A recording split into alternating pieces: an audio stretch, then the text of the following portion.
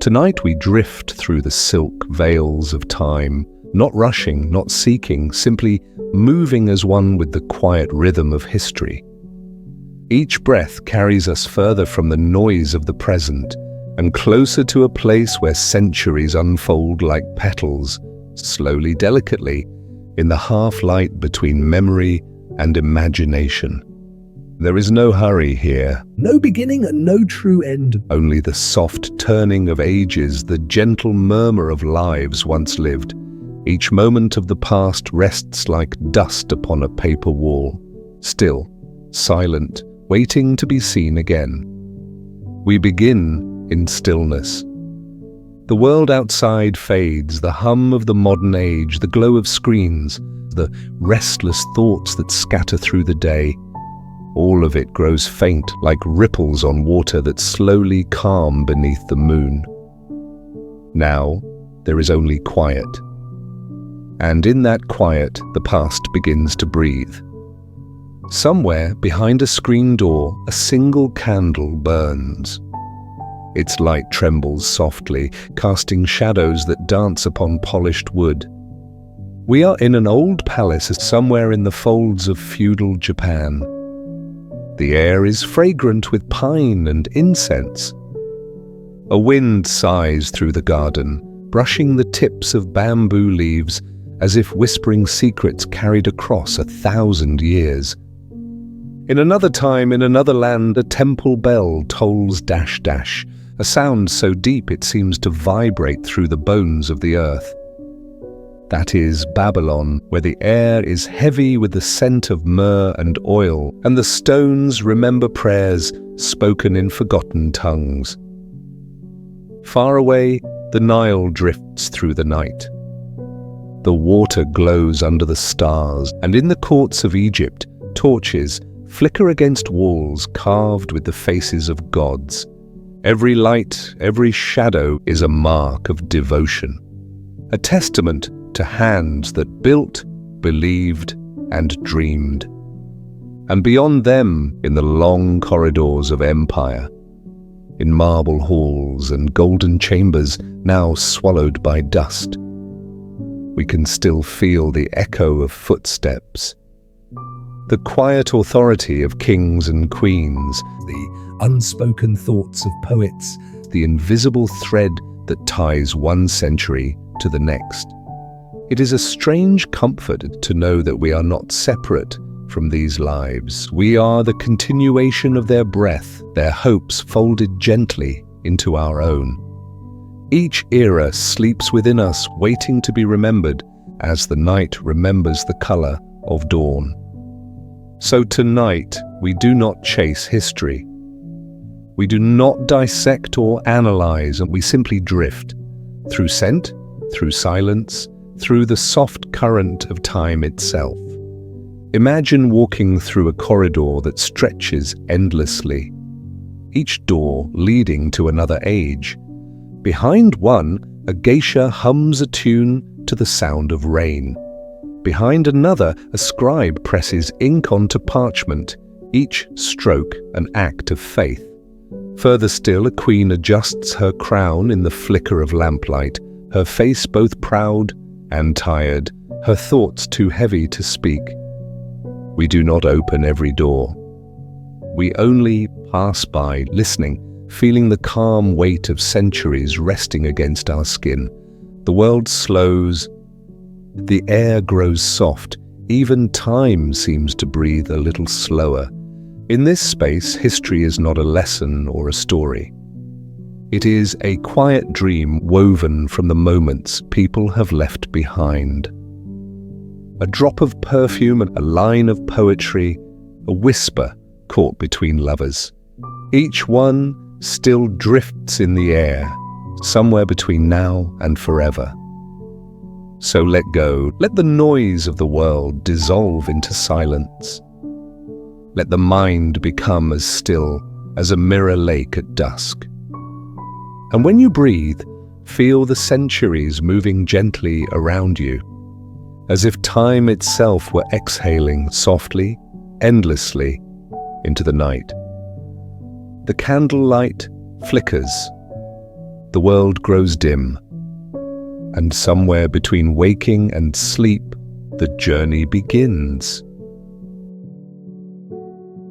The concubine's mourning in feudal Japan.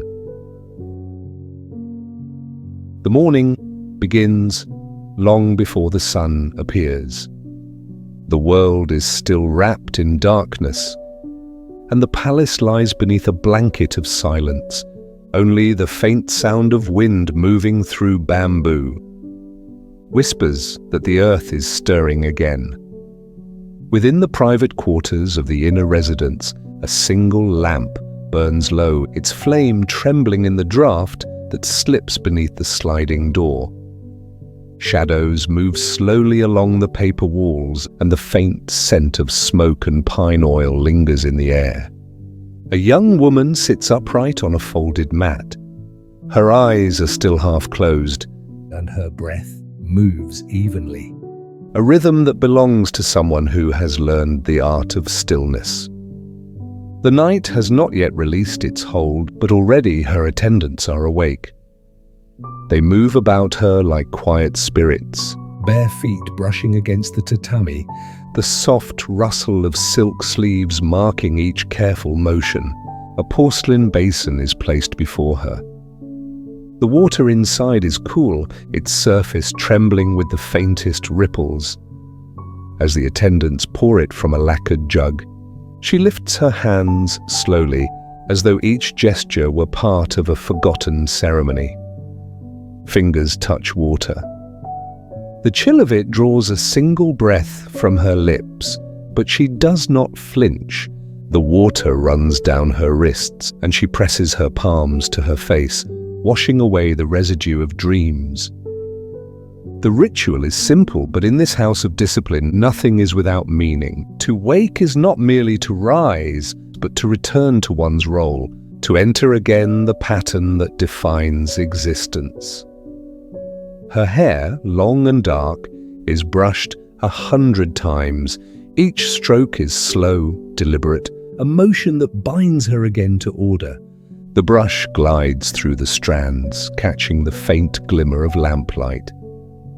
When it is finished, her hair falls behind her like a river of ink. An attendant holds out a small mirror of polished bronze. It reflects only a soft, blurred image, a suggestion of her face, not its details. Perhaps it is better that way.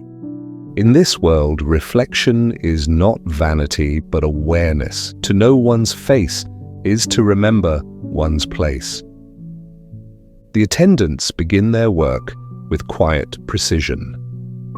Powder is brought out, fine and pale as frost. With soft brushes, they press it over her skin, until her face becomes a blank field of white. The transformation is both intimate and distant, an act of devotion and erasure at once. Her lips are painted with red pigment, a shade taken from crushed petals.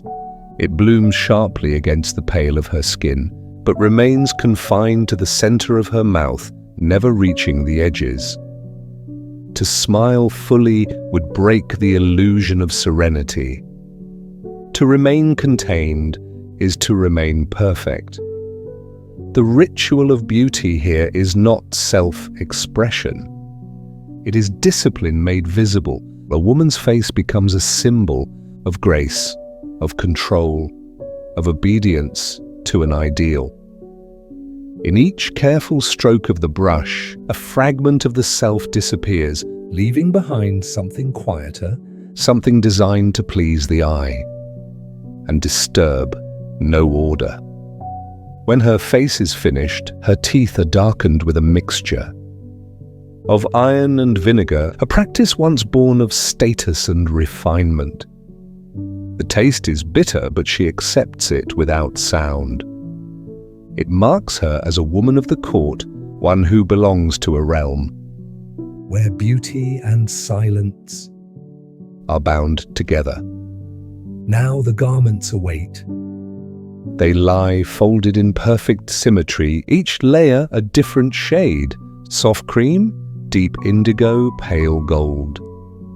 The fabric is smooth beneath her hands, cool from the night air. As the attendants dress her, the layers build one upon another, each fold precise, each knot measured. At last comes the obi, the silken sash that binds the entire form together. It is drawn tight around her waist, compressing her breath just enough.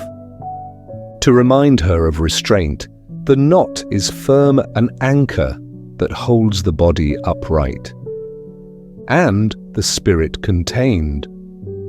When the dressing is complete, she stands. The light has grown faintly blue beyond the paper doors. Dawn has not yet touched the world, but already she is prepared to meet it.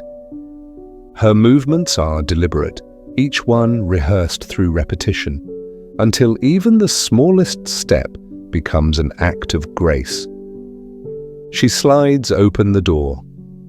The sound, a long, quiet sigh of wood against wood.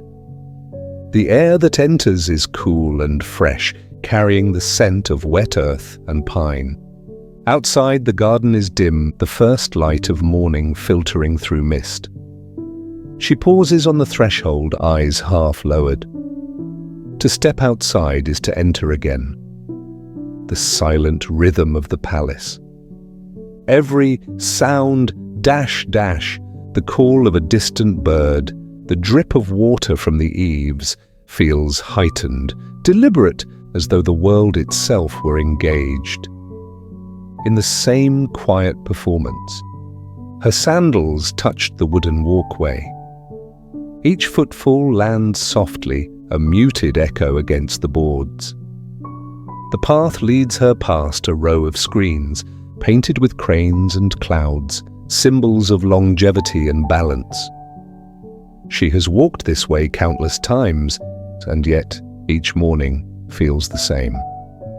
As if the act of repetition were its own kind of prayer. In the small dining room, breakfast is prepared. There are bowls of rice, pickled vegetables, and a cup of green tea that steams faintly in the cool air. The arrangement is deliberate in its simplicity, its own form of beauty. The attendants bow, then retreat into stillness. She eats slowly, each movement. The lifting of the chopsticks, the tilt of the wrist, the lowering of the eyes is measured and refined. There is no conversation, no sound, but the faint clink of porcelain.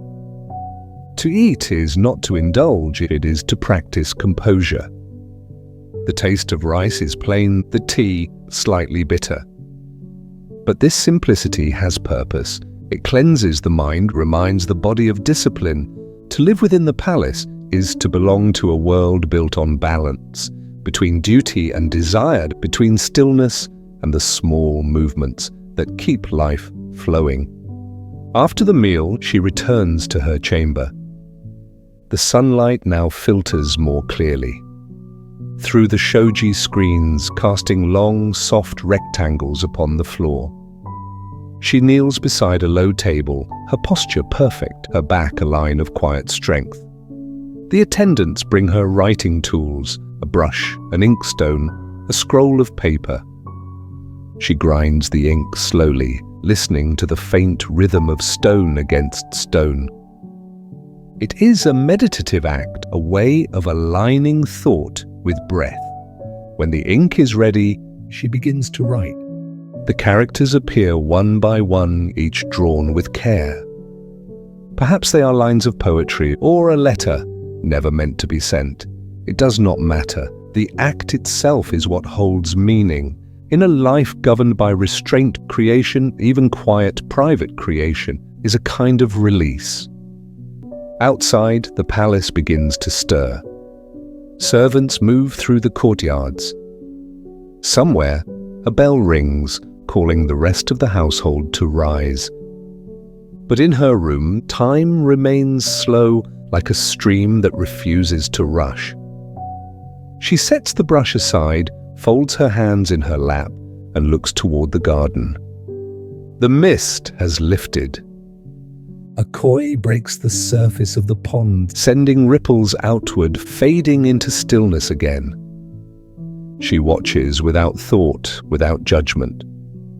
Her gaze rests upon the water, upon the brief movement of life within stillness. There is no beginning, no end, only this quiet balance between motion and calm. This is her morning. A sequence of gestures repeated day after day, each one precise and each one designed to preserve harmony.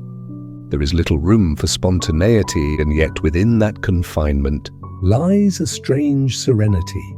To live in such a world is to surrender to its rhythm, to let the body become part of its pattern, to let the self dissolve into the roles assigned. Grace is not a mask here.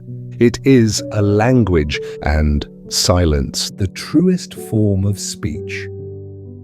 As the morning stretches on, she begins her lessons.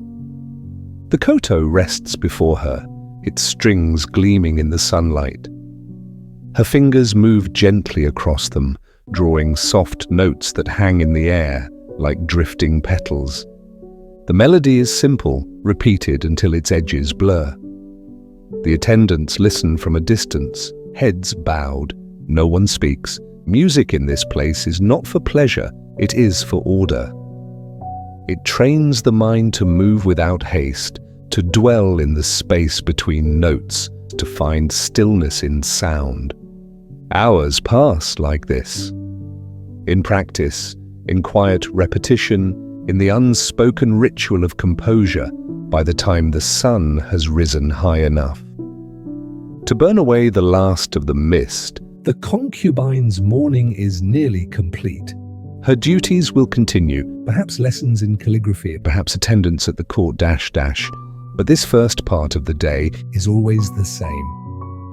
It is a kind of purification, a daily return to the ideal. A reminder that her body is not her own, but a vessel through which beauty and discipline must flow. To live as a concubine in this world is to embody stillness itself. To become both seen and unseen, valued yet silent, present yet intangible. As she sets aside the instrument, her gaze drifts once more to the garden. The light has changed, golden now and full of warmth. A bird lands upon a branch, its wings catching the sun. She closes her eyes for a moment, not in longing, but in quiet acknowledgement. The morning has passed, as it always does. In order, in silence, in the art of restraint.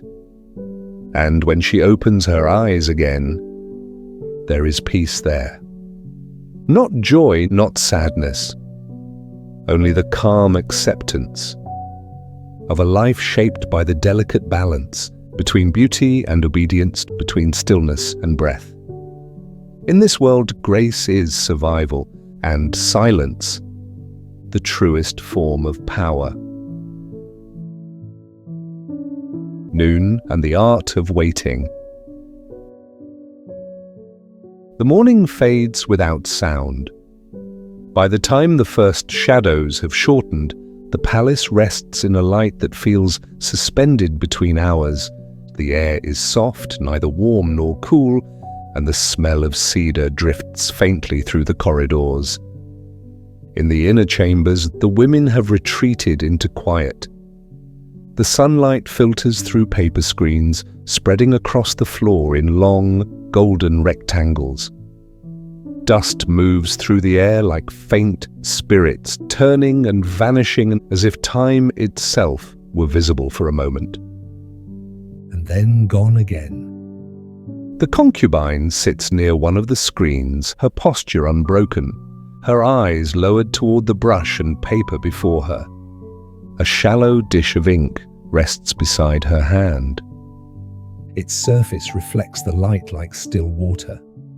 She grinds the inkstone slowly. Each movement small and circular, each breath measured to match the faint scrape of stone against stone is the only sound in the room.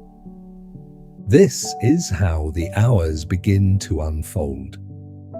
Not with events, but with gestures repeated until they dissolve into silence. She dips the brush and begins to write. Each stroke is deliberate, a thin thread of thought drawn across the paper. The characters flow not hurried, not hesitant, but balanced between motion and stillness. The act is not for anyone to see. It is not meant to be displayed or praised. It is a conversation between breath and form, between the self and the calm it must inhabit. Outside, the garden murmurs with soft life, the whisper of leaves, the faint hum of insects, the quiet drip of water from the stone basin. All of it moves at the same slow rhythm as the brush in her hand. When she lifts her head, the sun has shifted slightly. The light now touches the corner of the mat where her sleeve lies. It glows through the thin silk, revealing patterns of woven plum blossoms. She watches it for a moment, and then returns to her writing. Across the chamber, 2 other women sit together embroidering small pieces of fabric. Their hands move steadily, their eyes intent upon the tiny stitches. They speak only in glances, a smile that is polite, a tilt of the head that could mean anything. In this place, words are rarely trusted. Every conversation must be wrapped in silence, every thought hidden within courtesy. Now and then, one of them looks toward the concubine. It is not hostility nor affection. It is simply awareness, the quiet, constant observation. That binds all who live within these walls. The concubine continues to write. Her wrist moves with the slow rhythm of the heart. Her mind does not drift to longing or regret. Instead, it follows the curve of each line, the texture of the brush, the faint scent of ink. There is peace in repetition, a small refuge in tasks that never change. When the last stroke dries, she sets the paper aside. It joins a neat stack beside her, a quiet archive of mornings and afternoons spent in the company of patience. She pours a cup of tea. The steam rises slowly, forming a thin veil between her and the world. The taste is faintly bitter, cooling against her tongue. For a long time, she does not move. The light thickens, it grows softer, deeper, filling the chamber with warmth that does not reach the body. It is the hour when thoughts drift most easily. Not toward the future, but into the still center of the moment. From the corridor comes a faint melody. Someone plucks the strings of a koto, Hesitant, testing the sound. The concubine listens. Then, after a pause, she takes her own instrument from its case. The wood is smooth and cool beneath her fingers. She sits again, the koto resting across her lap, and she begins to play. The first note trembles, barely louder than the breath between heartbeats. The sound expands, then fades into the air like a sigh. She does not think of melody or skill. Each tone arises, exists for a moment, and disappears. The pauses are as important as the notes. It is in the silence between them that her mind finds rest. Music here is not a performance. It is an extension of breath. a way to become so still that the self dissolves into sound. As she plays, she notices how sunlight now reaches the far wall. The patterns of the shoji have changed, rectangles turning to diamonds, diamonds fading to thin slivers. Time continues its slow migration, unhurried, without intention. The other women have stopped their embroidery. One sits with her chin resting on her hand, eyes unfocused, as though listening not to the music, but to something deeper within it. The second has closed her eyes entirely. For a moment, the room becomes one continuous breath. When the final note fades, no one speaks. Silence settles again, soft and complete. The concubine lowers her hands and lets them rest upon the strings. The faint vibration hums beneath her fingertips, then disappears. She gazes toward the garden. Beyond the sliding doors, a shaft of light touches the pond.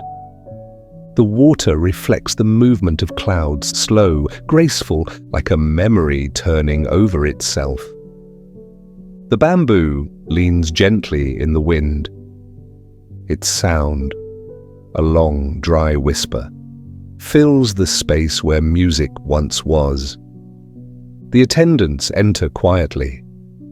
They place new cups of tea, replace the incense, then withdraw without a word. Their motions are careful, each step measured so as not to disturb the air. Even their silence has discipline. The concubine folds her hands again. This is the heart of the day. Neither morning nor evening, but the long plateau between them, a space where time feels stretched thin. In the outer world, people hurry through fields, merchants call across the streets, messengers ride with urgent news. Here, in the inner chambers, nothing moves except light and breath. It is a place built for waiting. Waiting without expectation, waiting without resistance. At first, such stillness feels like emptiness. But over time, it becomes something else, a quiet awareness that does not cling, does not reach. In this stillness, she has learned to listen differently. Not to sounds, but to the spaces between them. She listens to the faint crackle of incense burning low, to the almost imperceptible hum of her own pulse, to the wind threading through the bamboo outside. All of it forms a rhythm too slow for counting. It simply exists. Sometimes one of the women speaks. It's a question about thread, a comment about the weather, words so light they seem to float rather than fall. Each sentence ends with a small smile, carefully placed as though to hide more than it reveals. In this world, a compliment can be a blade, and silence can be a shield. The concubine has learned to answer. With grace that neither invites nor refuses, her expression remains calm, her tone even.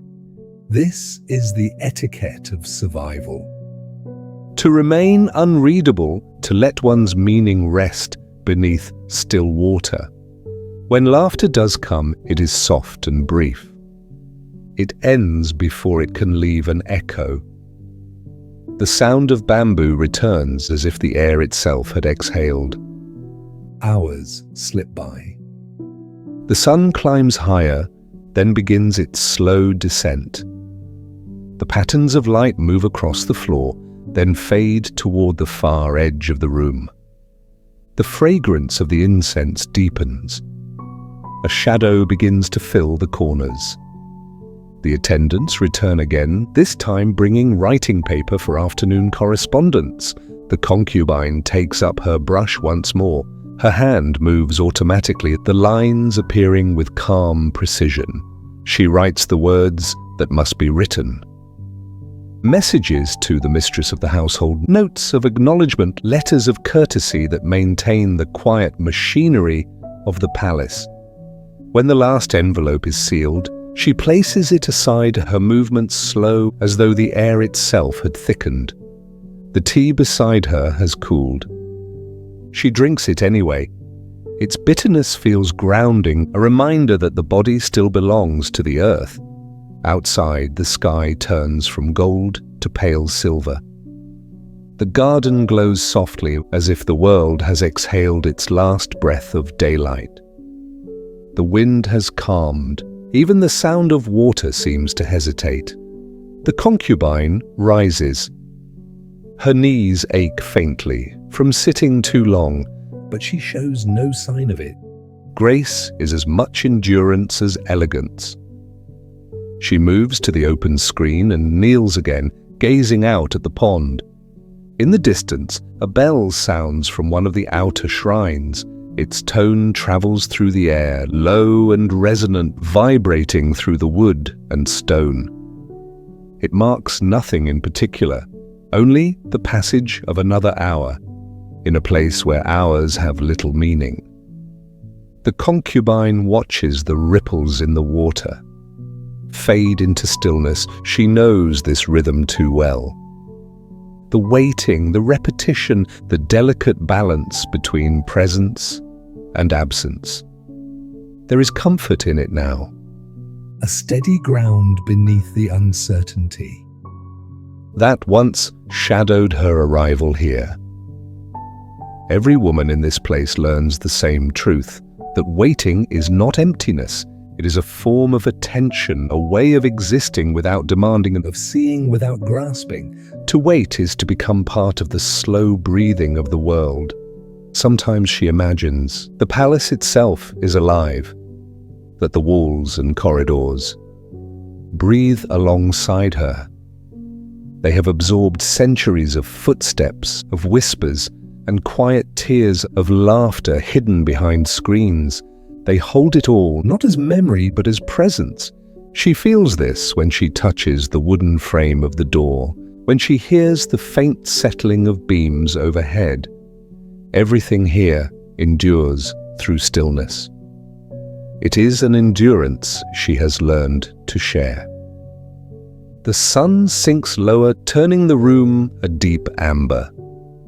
The concubine sits once more, folding her hands in her lap. Around her, the other women resume their work, their needles glinting in the fading light. They are beautiful in their quiet concentration, their movements small but certain. Each gesture belongs to a tradition older than any of them, carried forward by repetition. In their stillness, they preserve what the world beyond these walls is too restless to keep. The concubine breathes deeply. The scent of the incense has changed again. Fainter now, mixed with the coolness of approaching dusk. Her body feels both heavy and weightless, as though time has gathered around her and pressed gently against her skin. In the distance, a night bird calls, once then falls silent. The moment lingers, it stretches, becomes the very fabric of the afternoon. Time here is not counted in minutes or hours. It moves like water in the pond, Drifting, eddying. sometimes still, sometimes unseen. The concubine lowers her gaze. Her thoughts drift, but do not cling. She has become part of the stillness now. Not resisting it.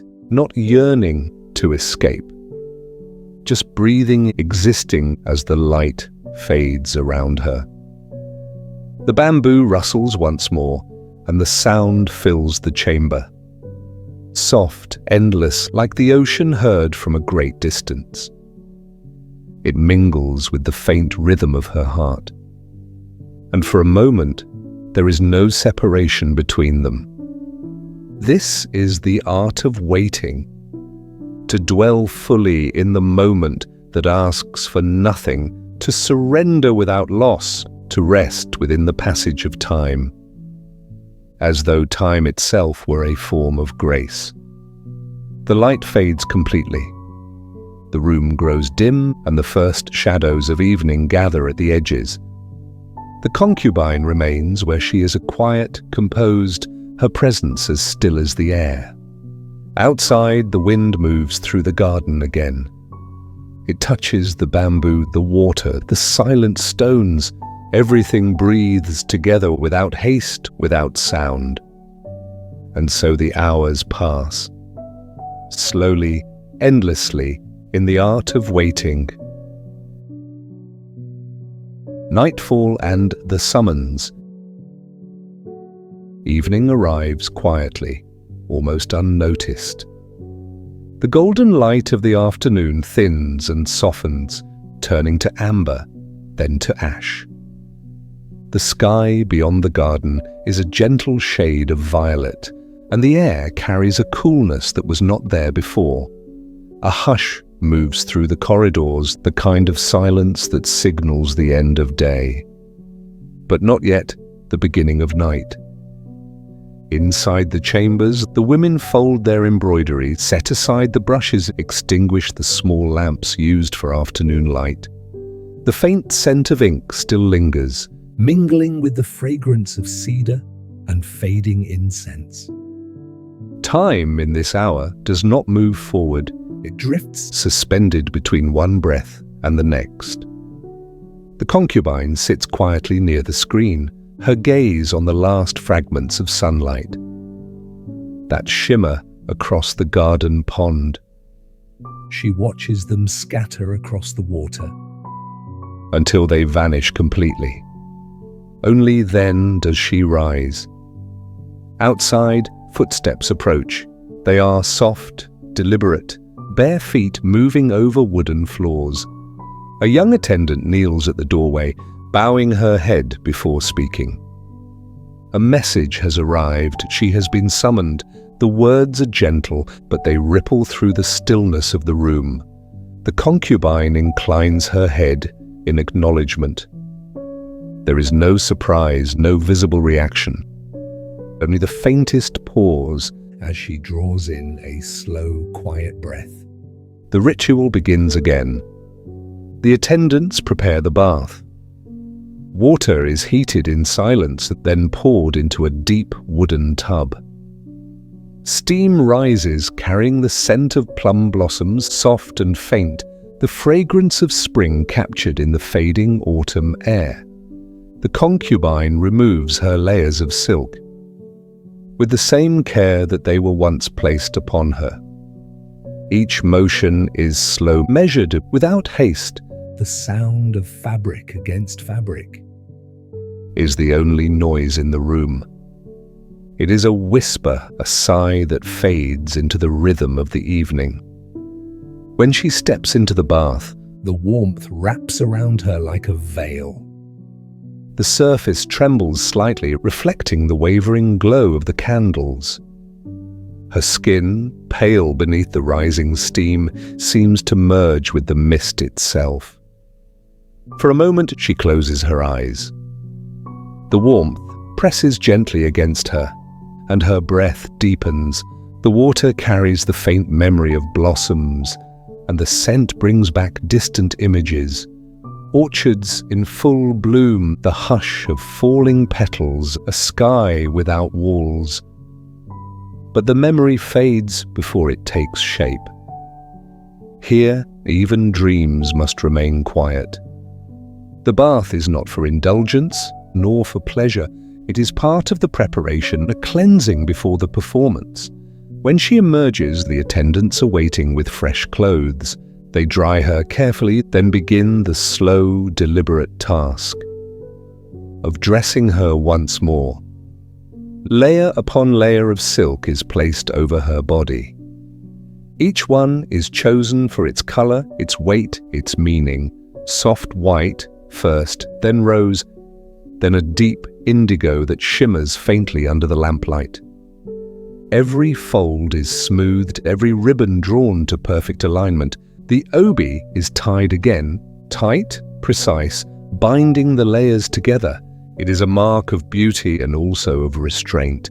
She feels its pressure with every breath, not as pain, but as a reminder.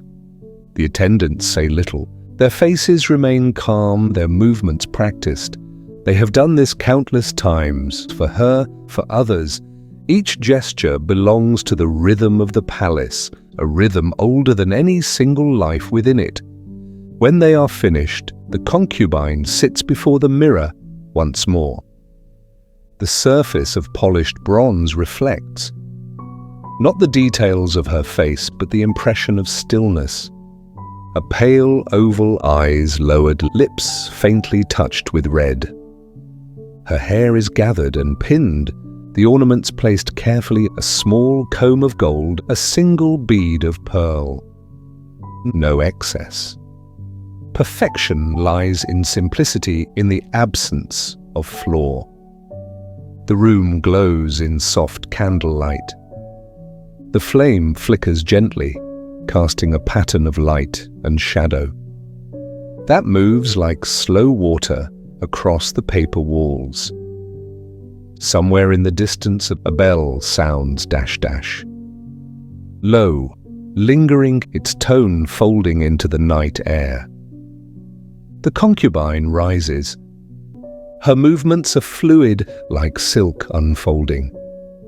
Each step measured, each breath timed to match the motion of her body. She walks toward the outer corridor where the attendant waits to guide her. The path to the Lord's chamber is long and quiet. The wooden floors creak faintly beneath their feet, the sound echoing down the empty hallways. Lanterns line the way, their light pale and steady. Outside, the garden is silver under the moon, bamboos swaying softly in the wind. The concubine walks with her gaze lowered. She does not look left or right. She has walked this path many times, yet it never feels entirely familiar. Every step carries both duty and distance, a movement towards something that is never truly reached. At the final door, She pauses. The attendant bows deeply, then withdraws. The concubine stands alone for a moment, listening to the faint hum of insects beyond the walls. Then with a slow breath, she slides the door open. the chamber beyond glows with warm light. Candles burn low in their holders. The scent of sake and cedar fills the air. At the far end of the room, the Lord sits upon a cushion, his figure framed by shadow. He turns slightly as she enters, his face calm, unreadable. She kneels, her head bowed, her hands folded before her. The gesture is both greeting and submission. No words are exchanged. The silence itself carries meaning. At his gesture, she rises and moves to pour the sake. Her hands are steady, her expression serene. The liquid catches the light as it fills the cup. A small motion, a simple sound, he speaks. Softly, his tone measured and distant. She answers with care, her words chosen not for what they say, but for what they avoid. Every phrase is a step in a dance where meaning lies beneath formality.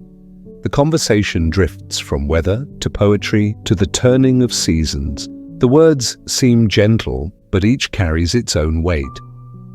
In this world, speech is not for sharing thoughts, but for concealing them gracefully. When he laughs, the sound is brief, almost thoughtful. She smiles in return, a small, careful movement of the lips. It is not affection. It is acknowledgement. The sake flows again. The light deepens. Outside, the night wind brushes against the screens, making the candles flicker. The concubine listens to the rhythm of the evening. The sound of the cup being set down, the soft fabric of robes shifting, the faint hiss of the wick. Each sound feels larger than it is echoing in the stillness. Time here is fluid, as if the room itself were floating, somewhere outside the reach of hours. What happens inside cannot be measured by clocks. It belongs to another kind of time, the slow, endless time of ceremony. Their eyes meet briefly.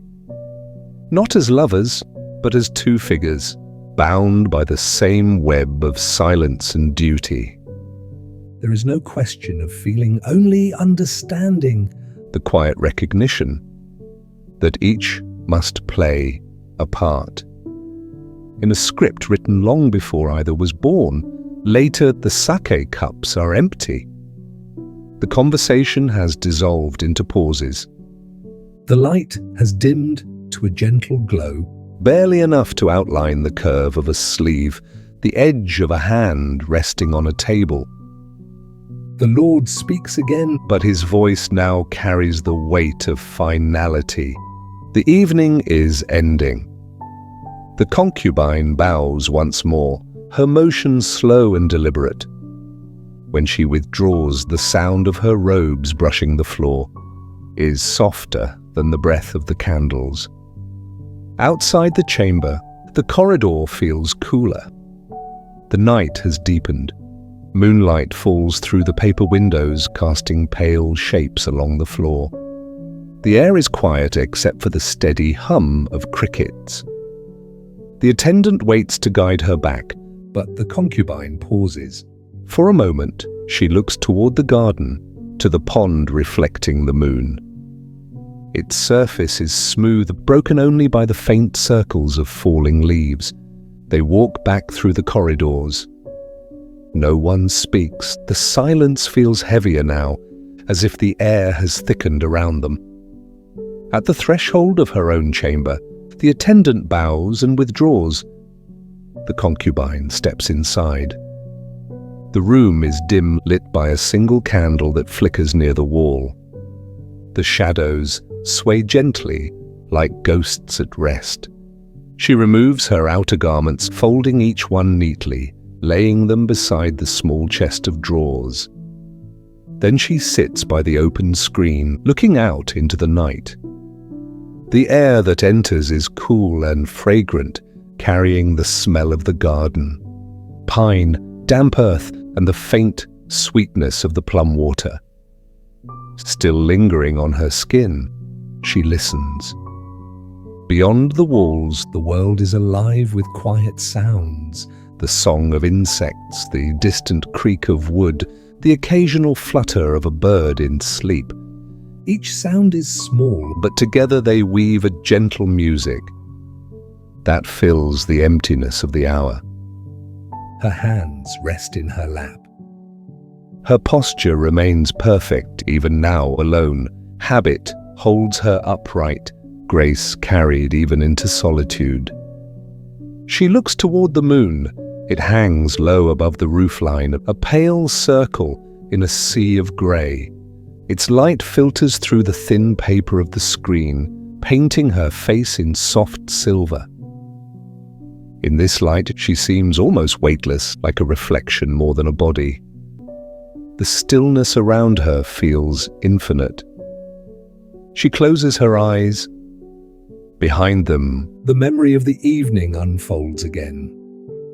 The sound of laughter restrained, the flicker of candlelight on silk, the taste of sake still lingering faintly. She lets the memories drift, neither clinging nor rejecting them.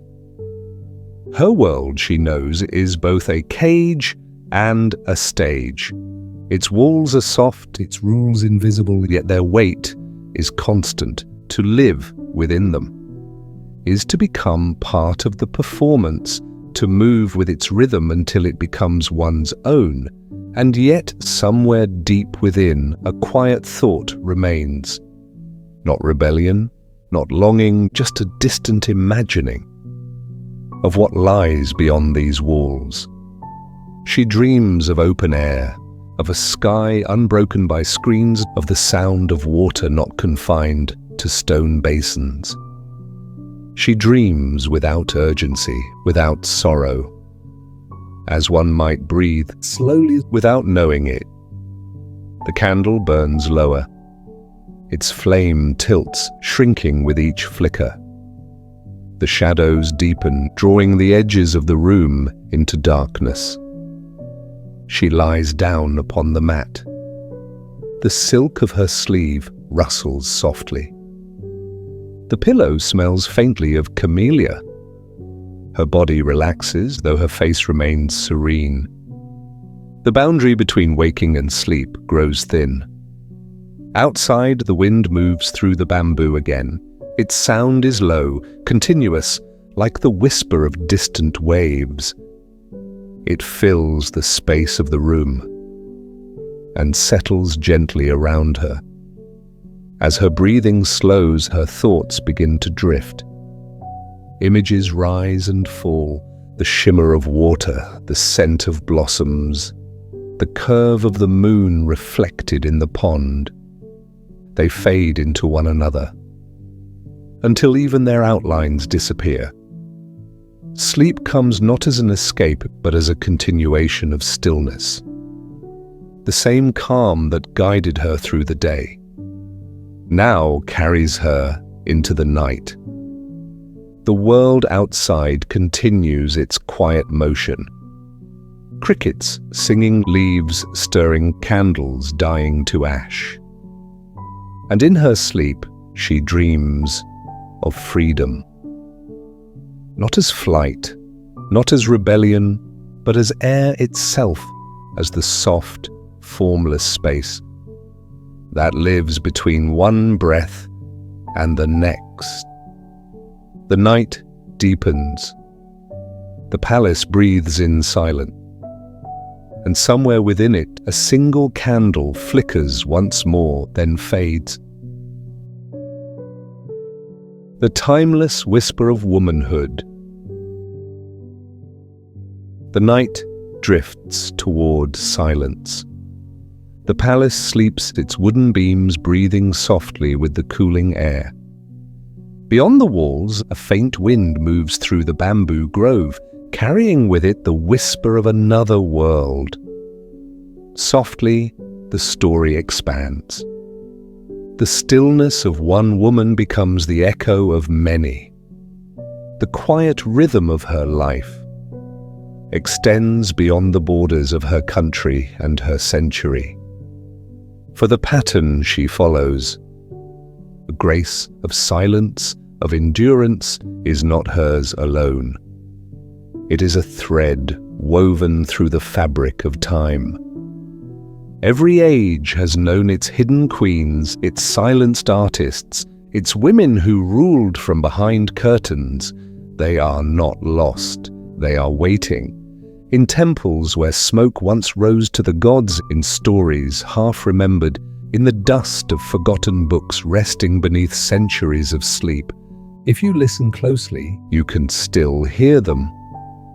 Not in voices, but in presence. In the rhythm of a loom, in the trace of a brush stroke, in the faint scent of flowers pressed between pages. They exist in the spaces that history leaves untouched, in the breath between words. The tale moves beyond Japan, now carried by the slow current of night. The garden fades and the sound of bamboo dissolves into wind. When the air clears again, we find ourselves standing before another horizon, a land of heat and sand, of stone and silence, of gods whose names were once spoken by tongues long turned to dust. This is Egypt, the land of the Nile, where time flows as the river does, without beginning, without end. Here, beneath the unchanging sky, the first temples rise. Columns carved with lotus and papyrus reach upward like prayers. Light filters through narrow openings, touching the painted walls. Where goddesses hold their gaze across eternity, in this world the divine wears many faces, and among them are the faces of women. Isis, who gathers the scattered pieces of Osiris and breathes life into him once more. Hathor, the goddess of music, of laughter, of love. Sekhmet, fierce and radiant, whose roar once swept through deserts and cities alike. Their names are carved in stone, their eyes open wide, unblinking against the centuries. They are not symbols of beauty or tenderness alone, but of balance, the calm that both creates and destroys, the stillness that holds power in its quiet hands. In the shadow of these goddesses, the women of Egypt lived their own slow grace. They painted their eyes with kohl, wrapped linen around their bodies, and walked through the heat of the sun. With the same composure that others wore for ceremony, they wrote on papyrus, counted the stars, sang lullabies that drifted through the open courtyards of night. Some were priestesses, keepers of rituals known only to the chosen. Others were scribes, their ink-stained fingers preserving the thoughts of kings. Some ruled Hatshepsut, Nefertiti, Cleopatra, their names carrying both reverence and rumor. But most were quiet. Their power lived not in the records of conquest, but in the slow endurance of daily life. When dawn came, they rose to grind grain, to light fires, to pour offerings of milk and honey to the household gods. And though no scroll preserved their words, their actions shaped the rhythm of civilization. Each movement, each gesture became a kind of devotion, a whisper to time itself. I am here. I endure. The river continues to flow, and the story drifts with it. The desert fades, and in its place rise the marble temples of Greece. Here, the air smells of olive trees and salt. The light is clear and endless. the sea a mirror that holds the sky. The goddesses change their names, but not their essence. Aphrodite walks from the foam. Athena stands beneath the shadow of the Parthenon, owl-eyed and thoughtful.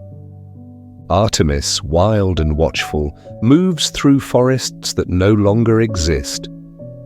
Their myths speak of beauty and wisdom, Of strength, of jealousy and desire.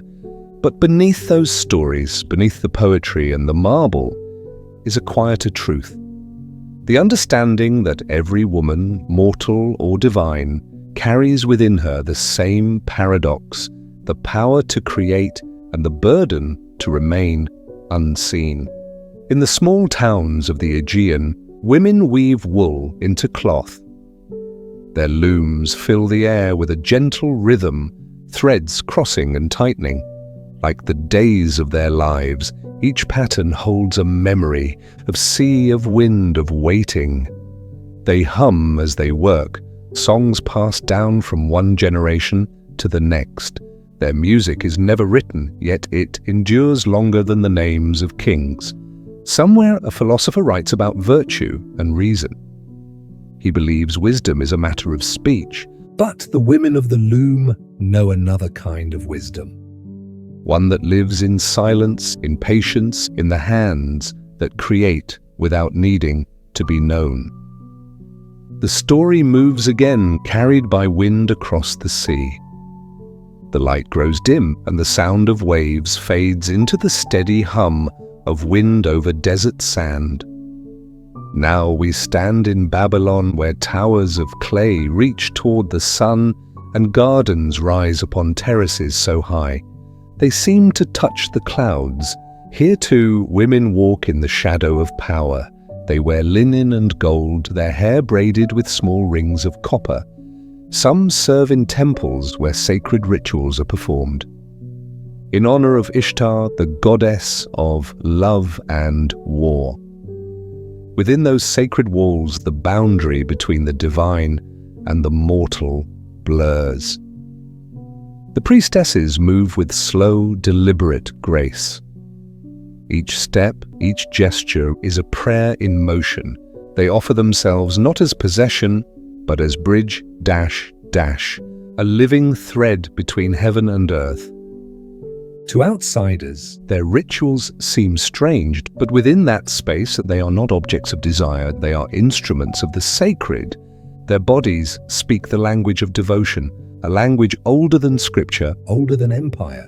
When the offerings are complete, when the lamps are extinguished, they walk out into the starlight, their faces calm, their silence unbroken. They too understand the art of waiting, the patience of those who hold power without claiming it. And so across centuries, the pattern continues. From one land to another, from one temple to another, the same quiet strength moves unseen. In Rome, a vestal tends the flame that must never go out. Her task is both sacred and confined. She keeps the fire alive. As she keeps herself untouched, a life given not to love, but to continuity. When the world changes, when empires rise and fall, it is this flame that endures, flickering softly through the ages. In China, a poet writes by lamplight. Her words, too honest for her time, are hidden after her death. But they survive in fragments, and centuries later, someone reads them aloud and feels the pulse of her voice again. In India, women paint on the walls of caves, their colors drawn from earth and ash. They paint not for beauty, but for remembrance, for the stories that must be told. Even if no one hears them. In every place, In every age, the whisper continues. Sometimes it takes the form of prayer, sometimes of song, sometimes only of silence.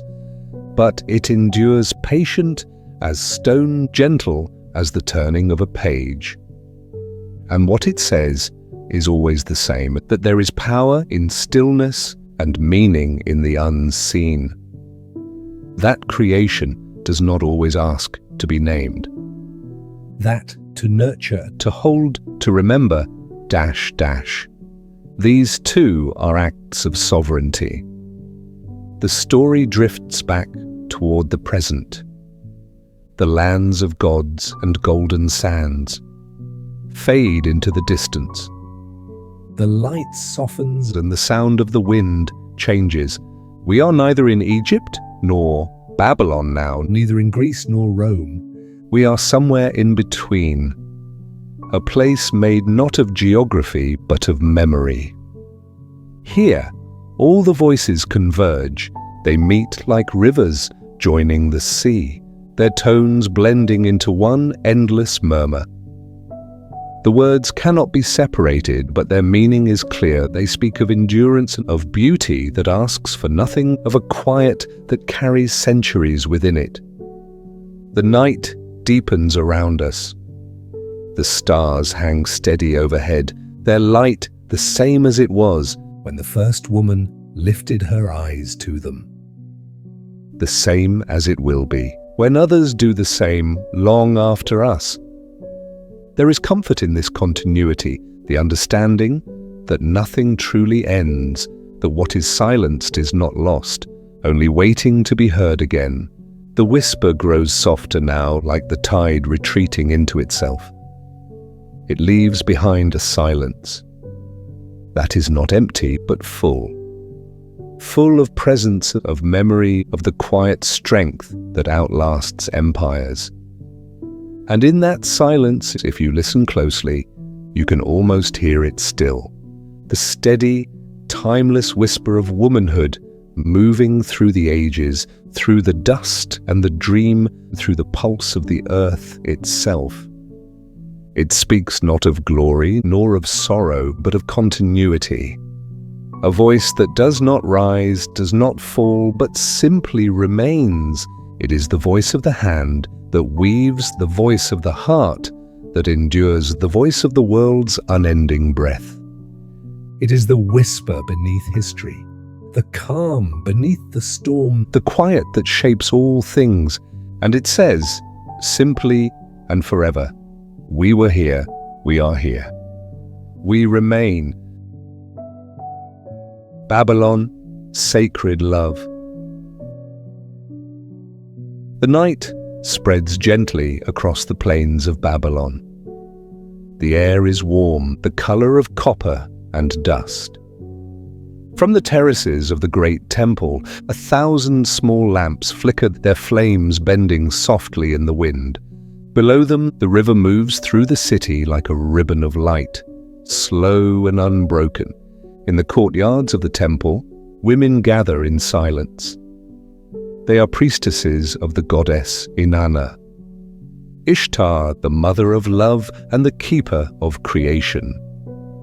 They wear robes of fine linen threaded with gold that catches the light of the fire. Their hair, perfumed with cedar and myrrh, shines like water beneath the stars.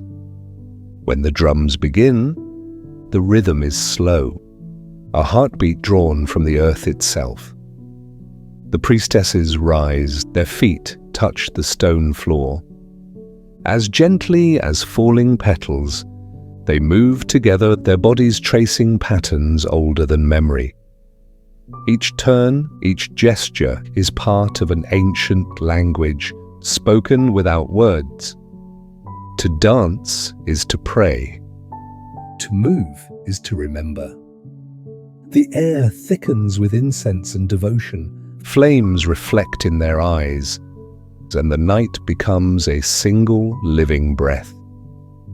In this sacred place, there is no shame in longing. Desire is not hidden or feared. It is a form of worship. A bridge between the mortal and the divine.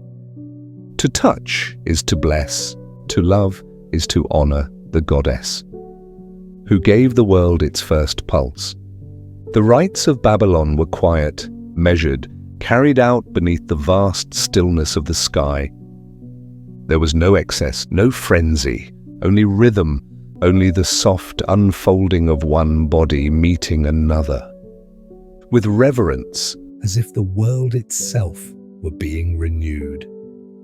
Each embrace was a prayer. Each kiss a promise. Not of possession, but of connection.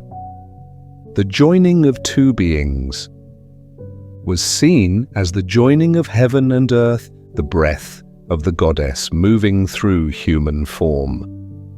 Outside the temple, the city slept, its gardens heavy with fruit, its walls silvered by moonlight. But within these sacred chambers, time slowed. The boundary between human and divine grew thin as the edge of a flame.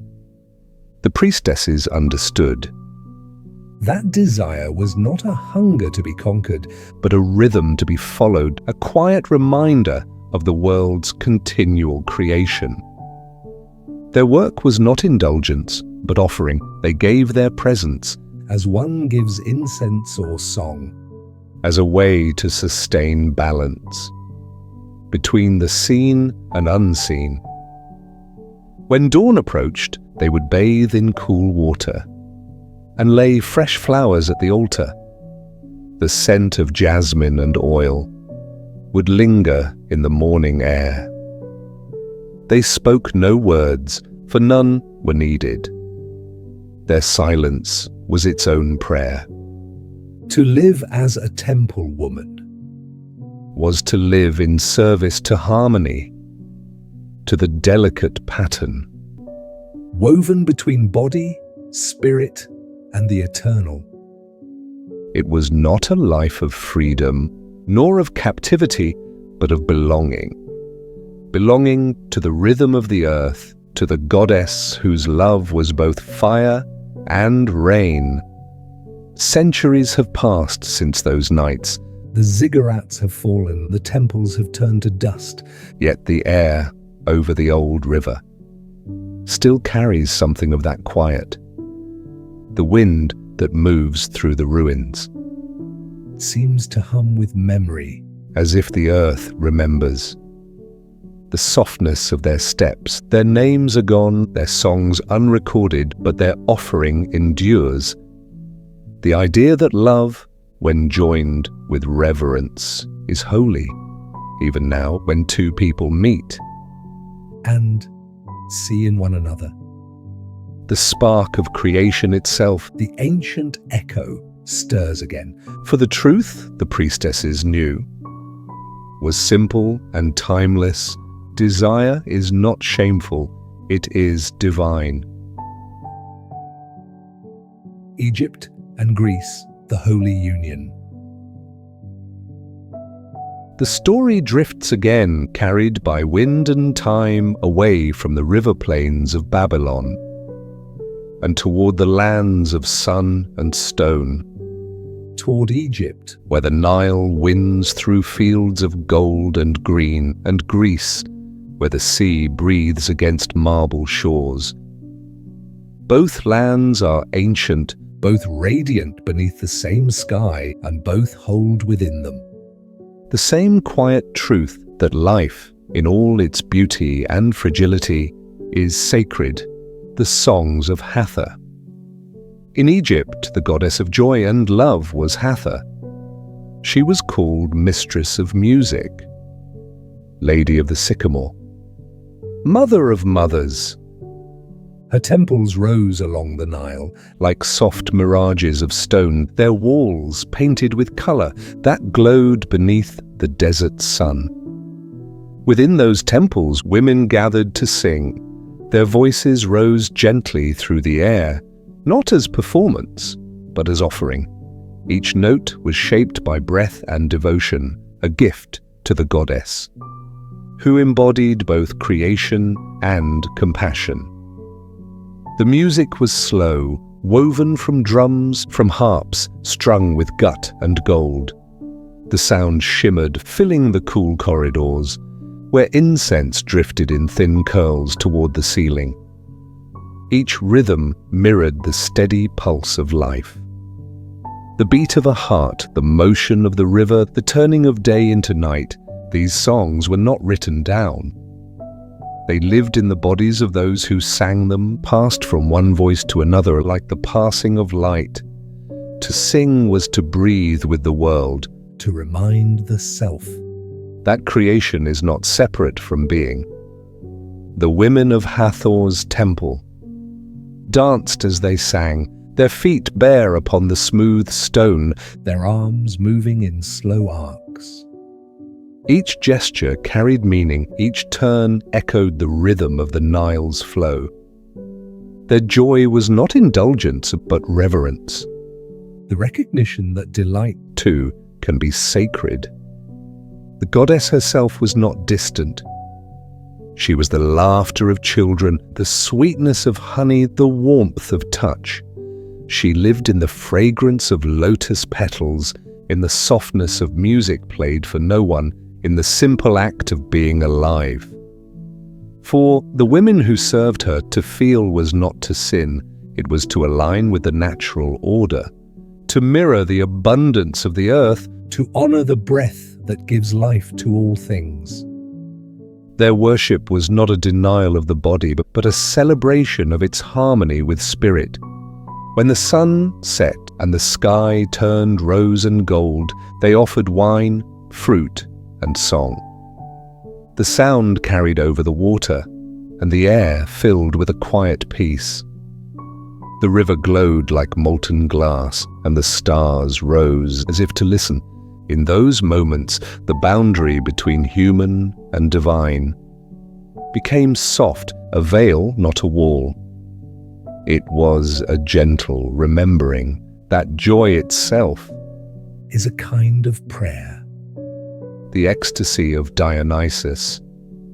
Across the sea, in the lands of marble and olive, the Greeks too understood the holiness of feeling. They gave it a different name, Dionysus, the god of wine, of transformation, of the boundary where reason dissolves into reverence. His festivals came with the turning of the seasons. Vines ripened grapes, pressed into sweetness, and the air filled with the scent of fermentation, the earth's own alchemy. People gathered in groves and valleys, their laughter rising with the smoke of torches. But beneath the celebration lay something older and quieter, a truth carried through centuries of ritual. In the worship of Dionysus, the body was not enemy to the spirit. It was its vessel, its voice, its means of communion. When people danced, they did not lose themselves. They returned to what they had always been, living threads in the tapestry of the world. The air trembled with flutes and drums. Women crowned with ivy moved through the fields, their steps light, their eyes lifted toward the stars. Each motion was surrender, not to chaos, but to belonging. To remember that to breathe, to feel, to move is itself an act of gratitude. Dionysus was called the twice-born god, the one who died and returned, symbol of the earth's own renewal. His worship reminded people that life and death were not opposites, but partners in an endless dance. To celebrate was not to escape mortality, but to accept it with grace, to honor the fleeting nature of the body as part of the eternal rhythm of creation. In the glow of firelight, as song and laughter wove together, something sacred unfolded. Not frenzy, But flow. The space between body and spirit disappeared, as though both were simply two names for the same quiet truth. Some called these rituals wild, but they were not wild at heart. They were gentle reminders that the sacred does not live only in silence, but also in the breath, the touch, the simple awareness of being alive. The Greeks, like the Egyptians, did not divide the holy from the human. They saw beauty in impermanence and wisdom in pleasure. The body was not a thing to be tamed, but to be understood, as vessel, as temple, as expression of the soul's quiet longing to return to the divine. When the festivals ended and the torches dimmed, the people returned to their lives, to their homes, their fields, their ordinary hours, but something lingered within them, a soft awareness that life itself, in its simplest moments, is sacred. The forgotten lesson. From the banks of the Nile to the marble theatres of Greece, the song was the same dash dash. A hymn without end. To live is to feel is to worship. It was not indulgence, not defiance, but alignment. To taste, to touch, to love was to participate in creation. But time, as it always does, turned. New voices rose, new orders of thought drew lines between body and soul, between heaven and earth. The old ways grew quiet. The songs faded, their meanings misunderstood. Yet the truth they carried has never vanished. It waits like seeds beneath the sand, ready to bloom again when the heart remembers. For the ancients knew what we have forgotten, that the sacred does not dwell in distance but in nearness, that the divine is not only in temples or skies, but in laughter, in warmth, in touch, in the pulse that keeps us alive.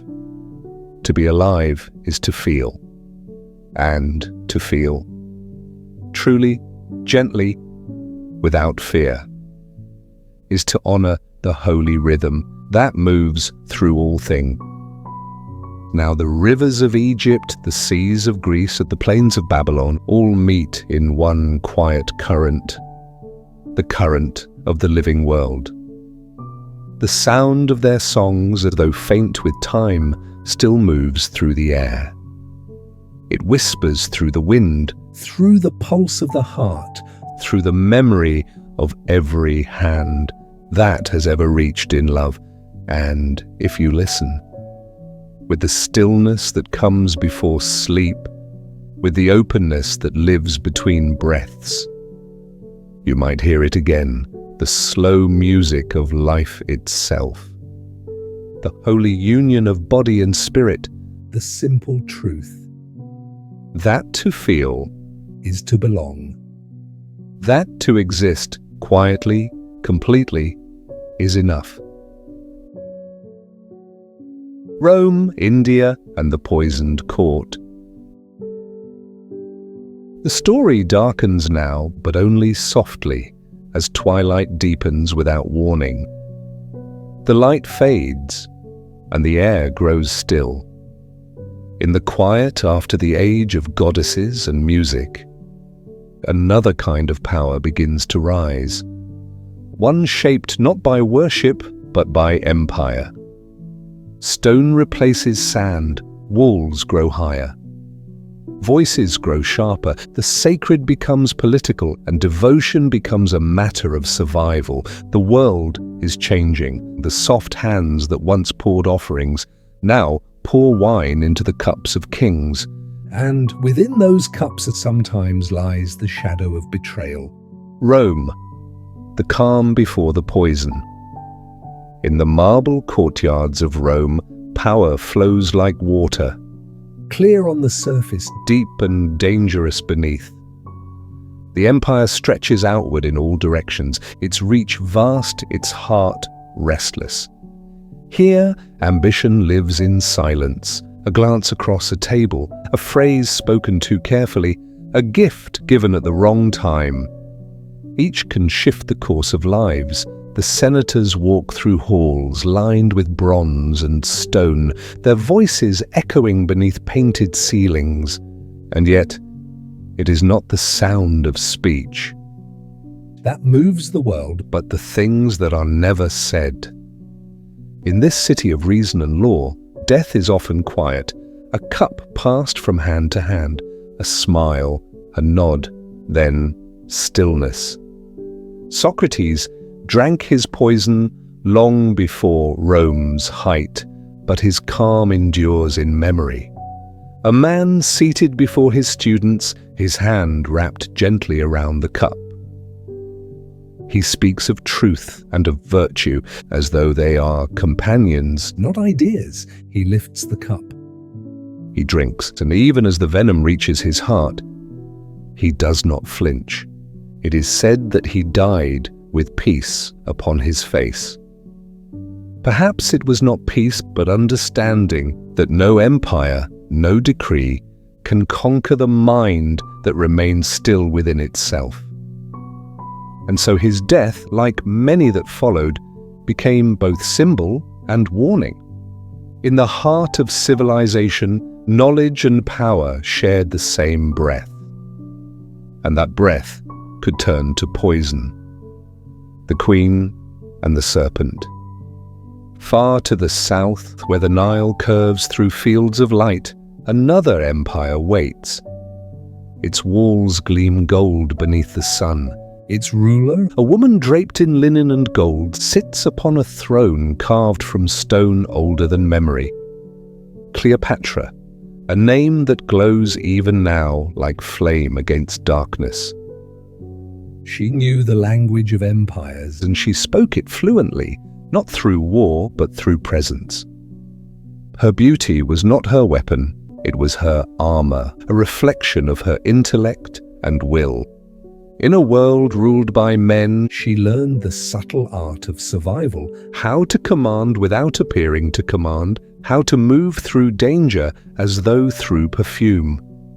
History remembers her in fragments, the tilt of her head, the gleam of gold upon her wrists, the scent of crushed rose upon her skin.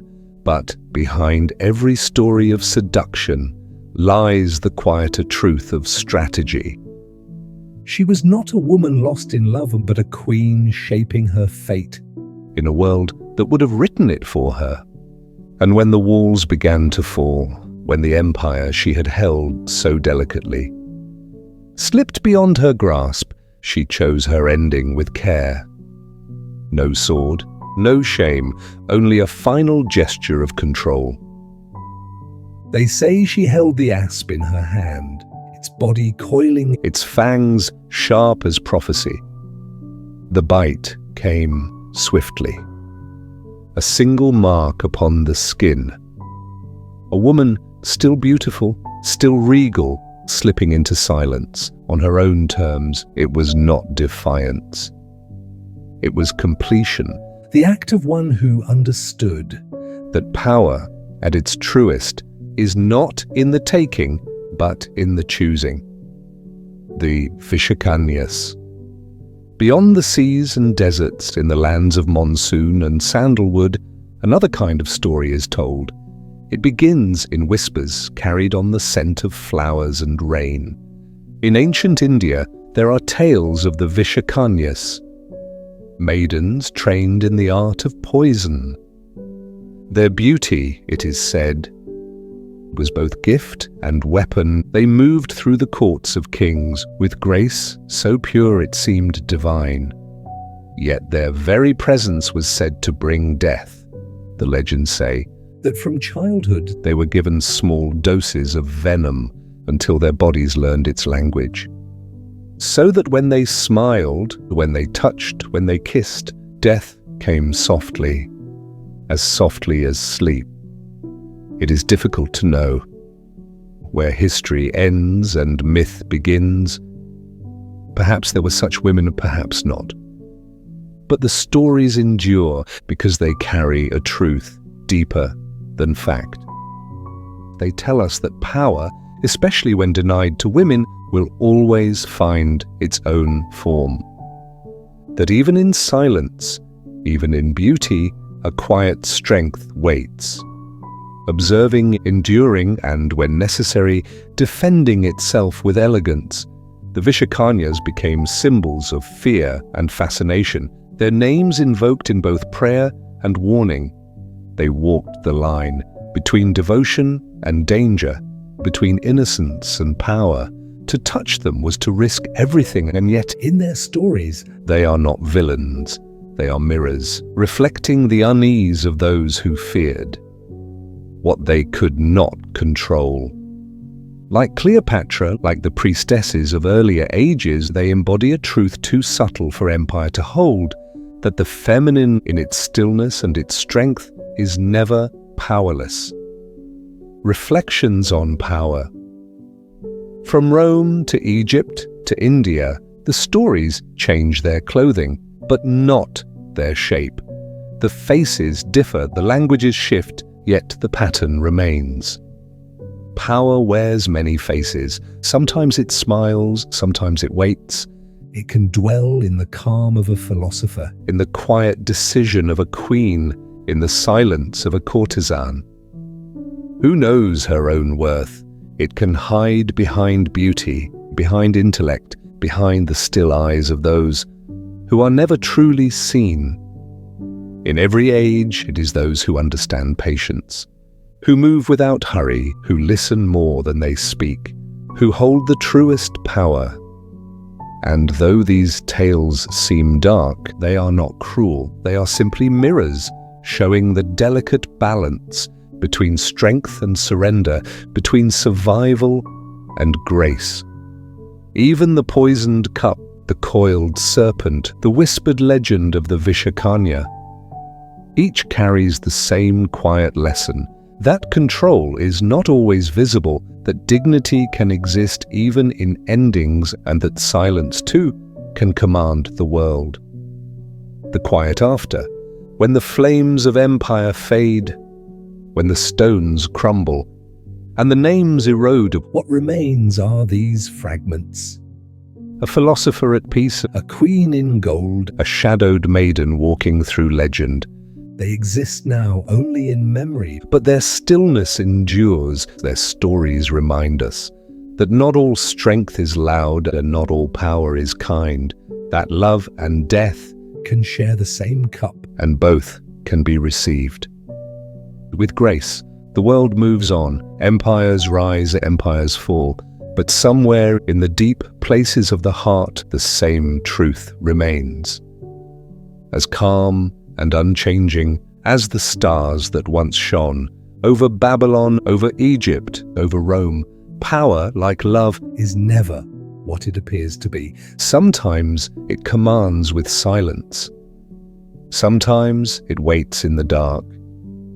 And sometimes it simply endures quiet and unseen in the steady pulse of those who understand that to choose even at the end is the highest form of freedom.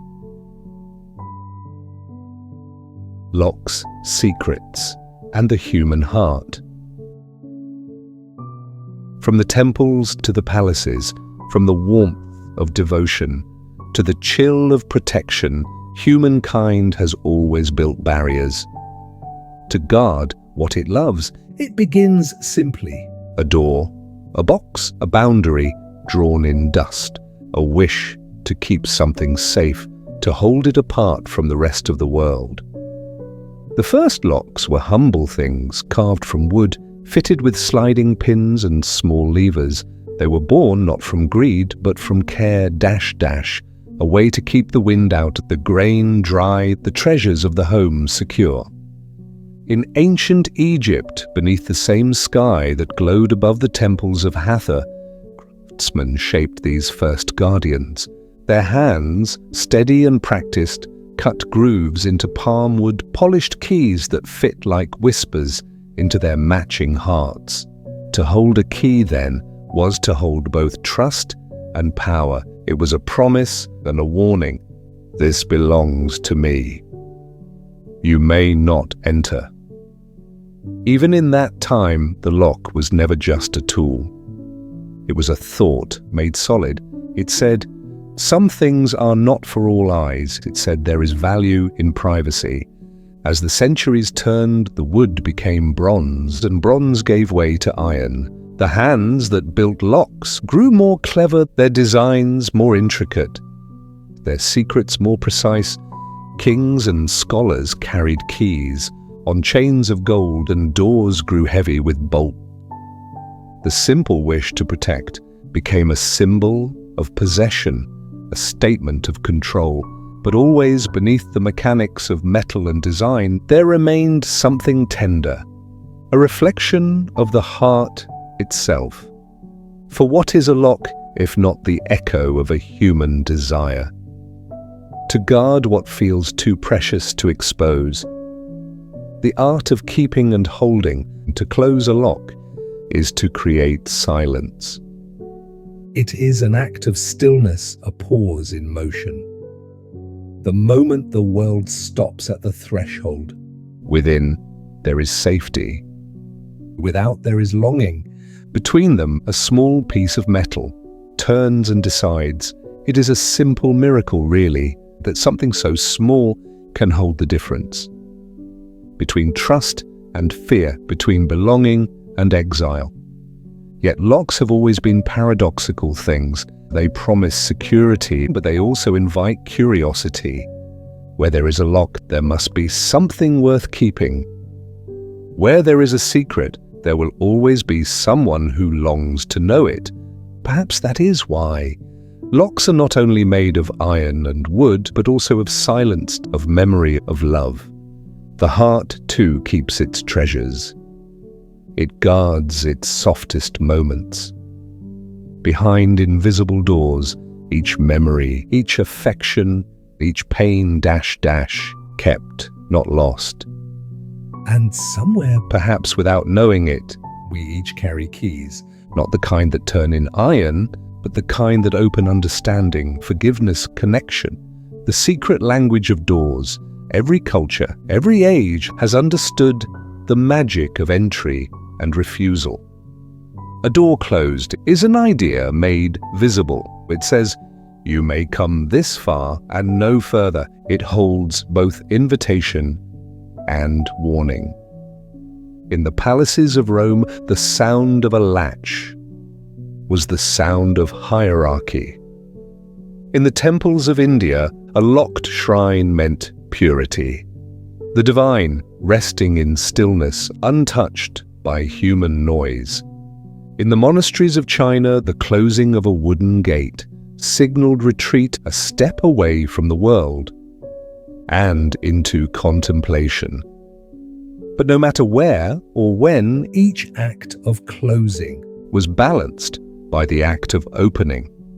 The key, slender, deliberate, was the meeting point of trust and surrender. To unlock something is to change it. The air shifts, the hidden becomes known. And for a moment, the world breathes differently. It is not just about entry, it is about faith. every time we open a door, we place ourselves in the care of another. A room, a person, a possibility. The key as promise. A key is not merely a tool, it is a gesture. When we give someone a key, we say, I trust you to enter where I rest.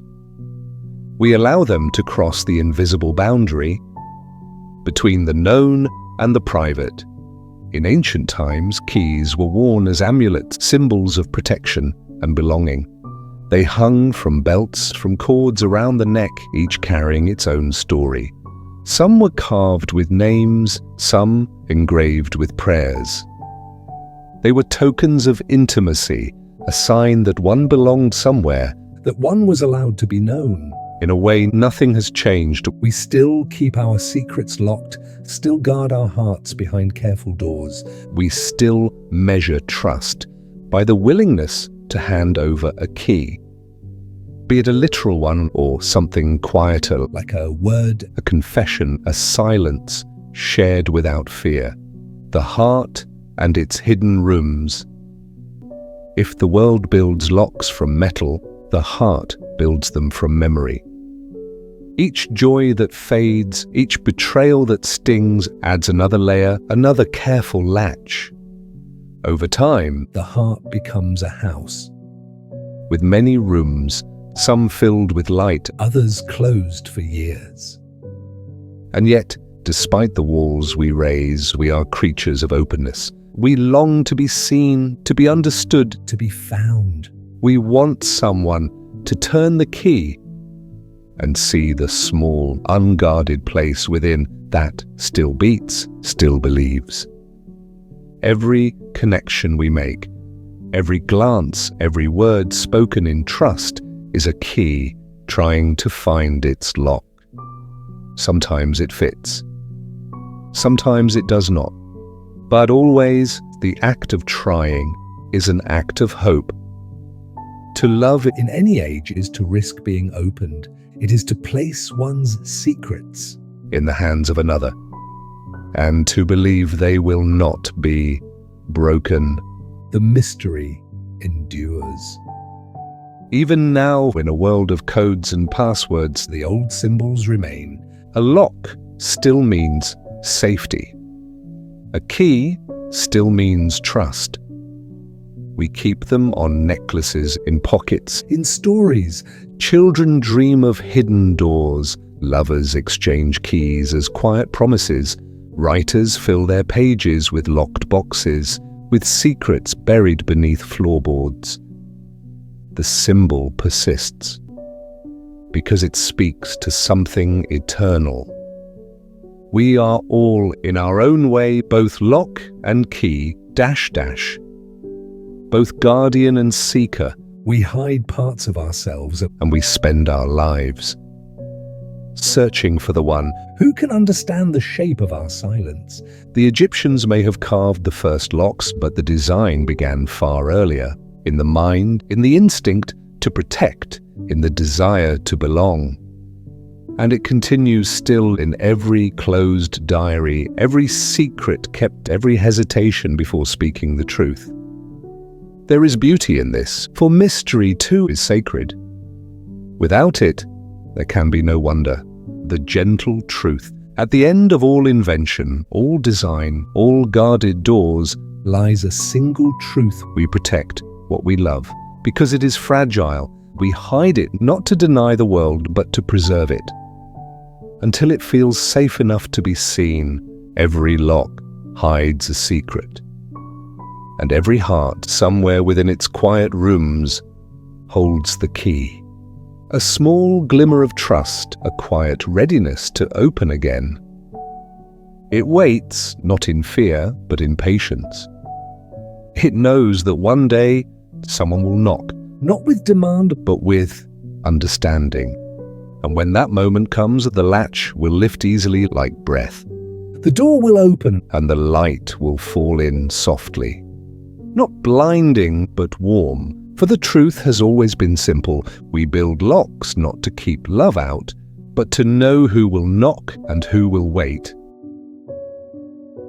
The gentle return. Now, as the last candle trembles and fades, the world softens once more. The air is still, the rooms of memory grow dim. The voices that once filled the night, the concubine's quiet grace, the priestess's song, the queen's measured breath, all drift into silence.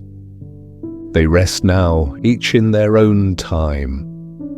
The concubine returns to her garden of dreams, where the morning never comes too soon.